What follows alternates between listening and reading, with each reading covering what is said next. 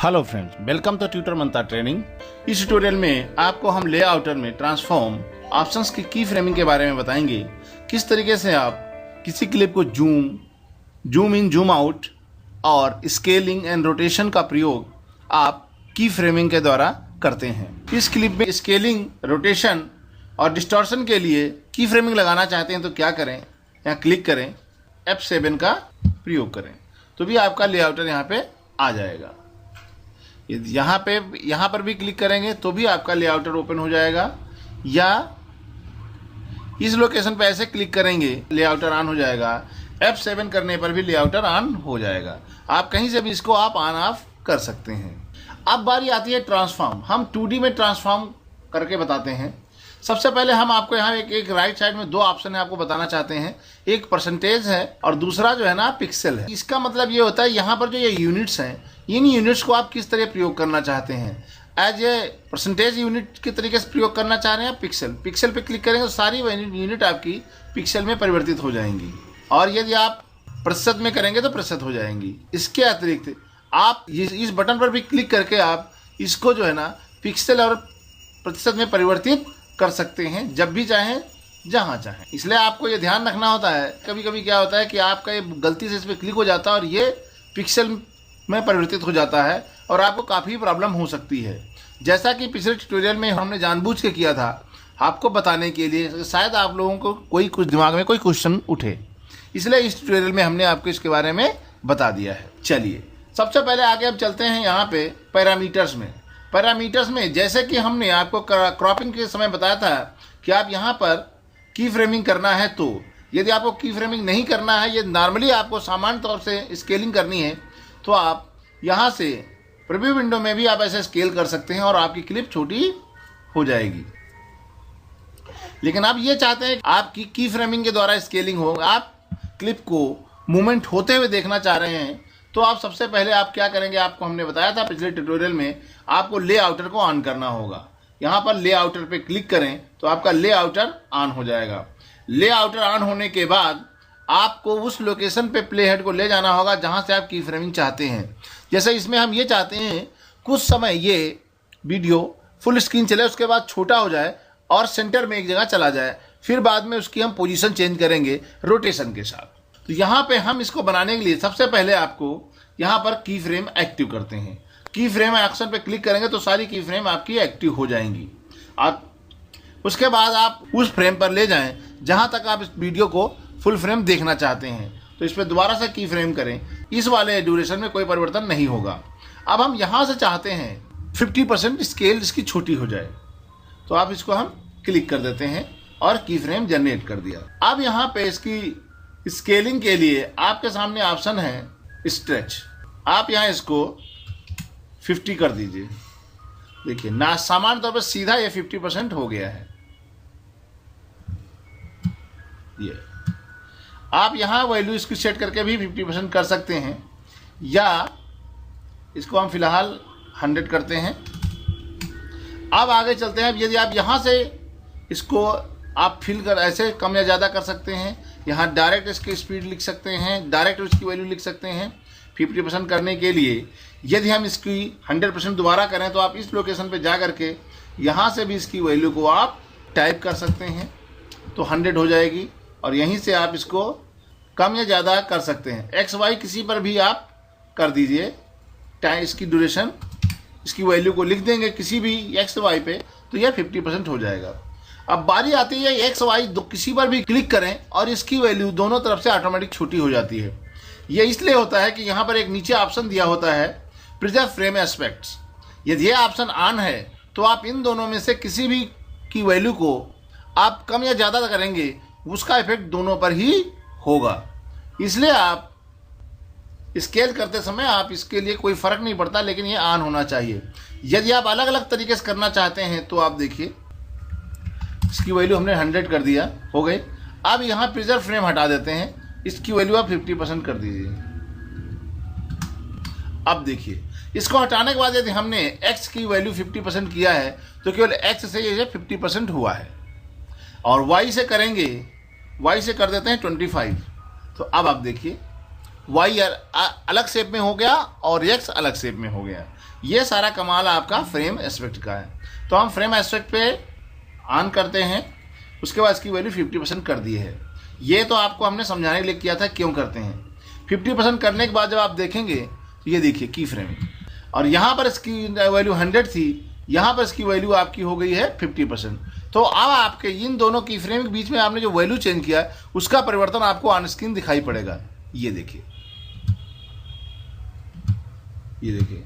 यदि आप इसका प्रभाव यहाँ देखना चाहते तो आप यहाँ से भी इसको प्ले कर सकते हैं। आपके पास प्ले ऑप्शन होता है, कर्सर को आप यहाँ रखें और प्ले करें। तो ये हुई की फ्रेमिंग। की फ्रेमिंग आपको दो की फ्रेम के बीच में वैल्यू का परिवर्तन करते हैं तो आपका उसका इफेक्ट आपके स्क्रीन पर दिखाई पड़ता है। हमने आपको बताया था यह छोटा हो गया।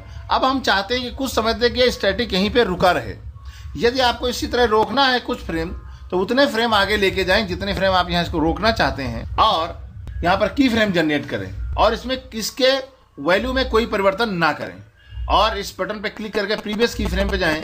यहाँ इसके वैल्यू में कोई परिवर्तन नहीं हुआ है। ये स्केलिंग जो हमने किया है ये आप यहाँ से कर सकते हैं और यहाँ से कर सकते हैं, और आप डायरेक्ट यहाँ प्रीव्यू विंडो में डायरेक्ट भी कर सकते हैं। यदि हमने यहाँ 50% किया है, इस वैल्यू को हम चाहते हैं कि थोड़ा और छोटा कर दिया जाए, तो अब आप देखें की फ्रेम लगाते समय एक बात ध्यान रखना है, जैसा कि हमने आपको बताया कि हमने यहाँ से इसको छोटा कर दिया। अब हुआ क्या कि जो इसके अगले वाले की फ्रेम की वैल्यू हमने किया था 50% और इसकी वैल्यू हमने यहाँ से प्रीव्यू एरिया से कर दिया इसको हमने 27%। तो अब आप देखिए यहाँ से इसकी वैल्यू 100 से जाएगी 27, उसके बाद ये जाएगी 50। तो आपको इन दोनों की वैल्यू में परिवर्तन करना है, तो आपको ध्यान रखना पड़ेगा कि पहले किस में करें और बाद में किसने गए, किस की फ्रेम पर आपने चेंज किया है। यहाँ पर यदि हमने माउस द्वारा इसमें की फ्रेमिंग कर दिया तो यहाँ पर भी परिवर्तन उसी हिसाब से हो जाएगा। इसलिए यदि आप किसी की फ्रेम पे बाद में परिवर्तन कर रहे हैं तो उससे आपके आगे की फ्रेम पे कोई परिवर्तन नहीं होता है। आगे की वैल्यू वही रहती है जो आपने पहले दी हुई है। इसलिए यदि आपको पिछले की फ्रेम पर आप कोई परिवर्तन करना है तो आप ध्यान से करिएगा, अगली की फ्रेम की वैल्यू में परिवर्तन नहीं होगा। लेकिन यदि आपकी ये की फ्रेम लास्ट की फ्रेम है और इसमें यदि आप कोई परिवर्तन कर रहे हो तो आगे आने वाली जितनी भी की फ्रेम में आप करेंगे तो ये वैल्यू ही उसको फॉलो करेगी।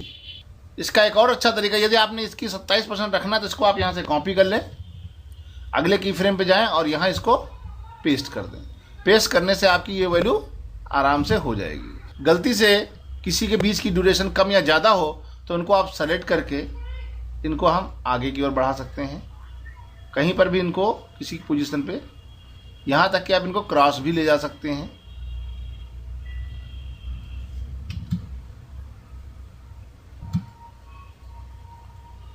इनको आप यहाँ डिलीट करना है, गैप बनाना है तो इनको आप यहाँ सेलेक्ट करके इनमें गैप क्रिएट कर सकते हैं। इनको आप सेलेक्ट करके यदि कोई एक्स्ट्रा लग गया तो डिलीट कर सकते हैं।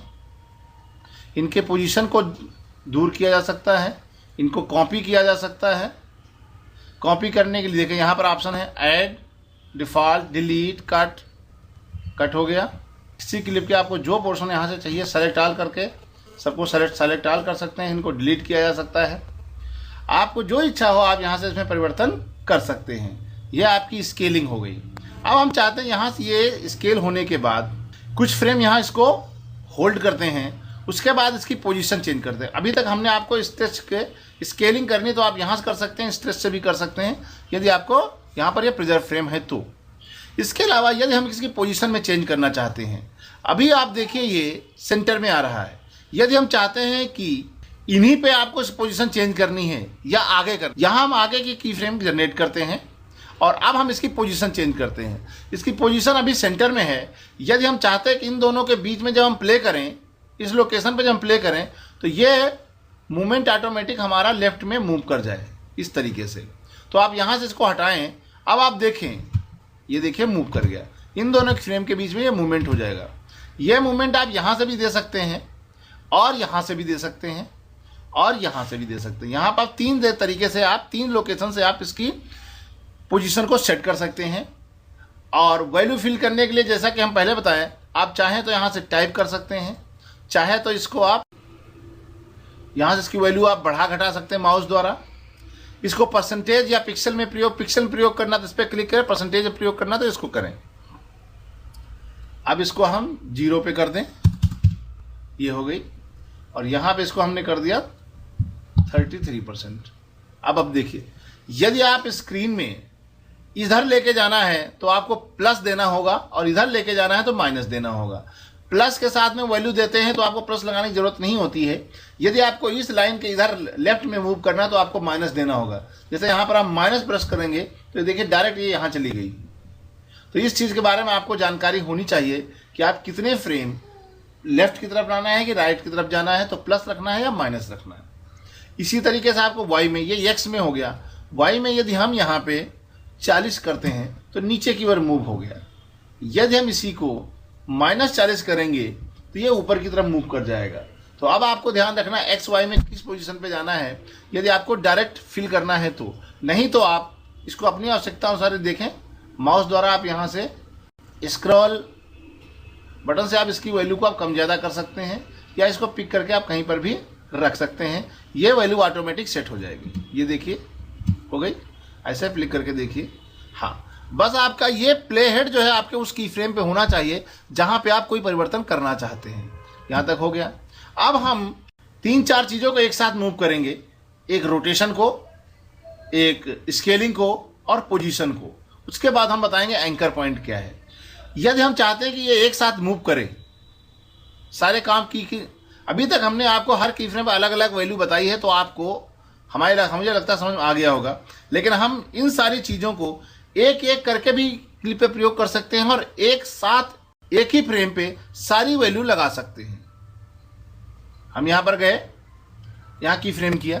अब हम यहाँ पर क्या चाहते ये हैं कि इसको उठा करके आप यहाँ लेकर के आए, सेंटर में आए और ये 30 डिग्री रोटेट हो जाए और 50% जूम हो जाए। ये वैल्यू है।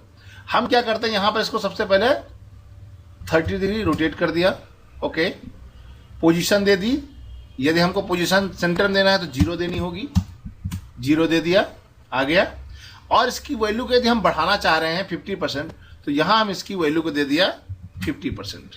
तो अब आप देखें, हमने 3 चीज़ें चेंज किया है, पोजीशन चेंज किया है, एक रोटेशन चेंज किया है और एक जूम किया है।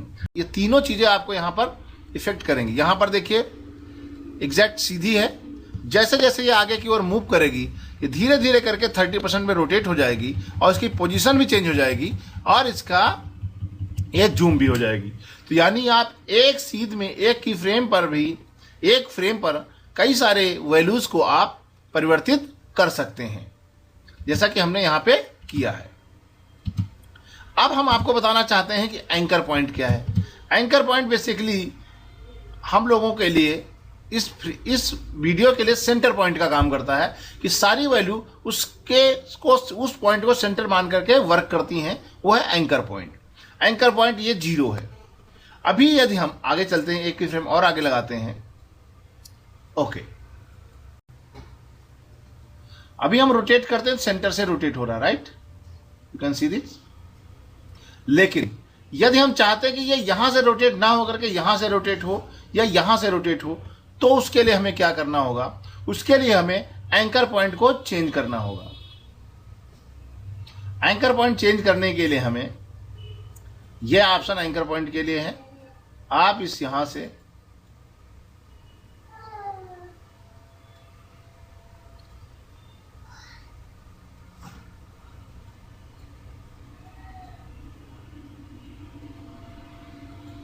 इसको परसेंटेज हम करते हैं, इसको कर देते हैं 20%, एक्स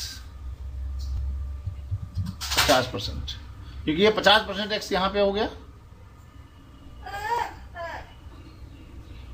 और ऊपर ले जाते हैं वाई की तरफ 50, प्लस किया तो नीचे की तरफ गया, -50 करेंगे तो ऊपर, ये हो गया।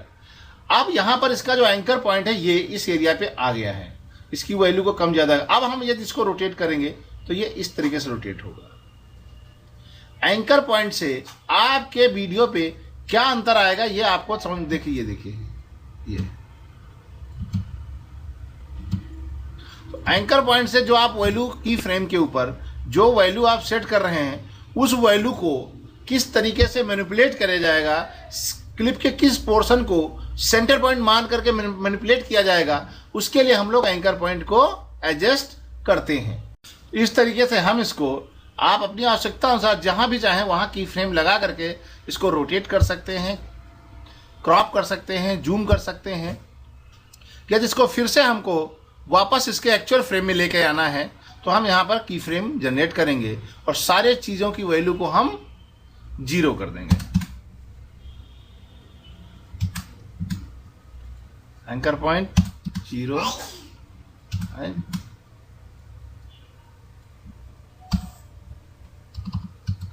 0, रोटेशन 0 आ गई, और स्ट्रेस जो है ना 100% रखते हैं।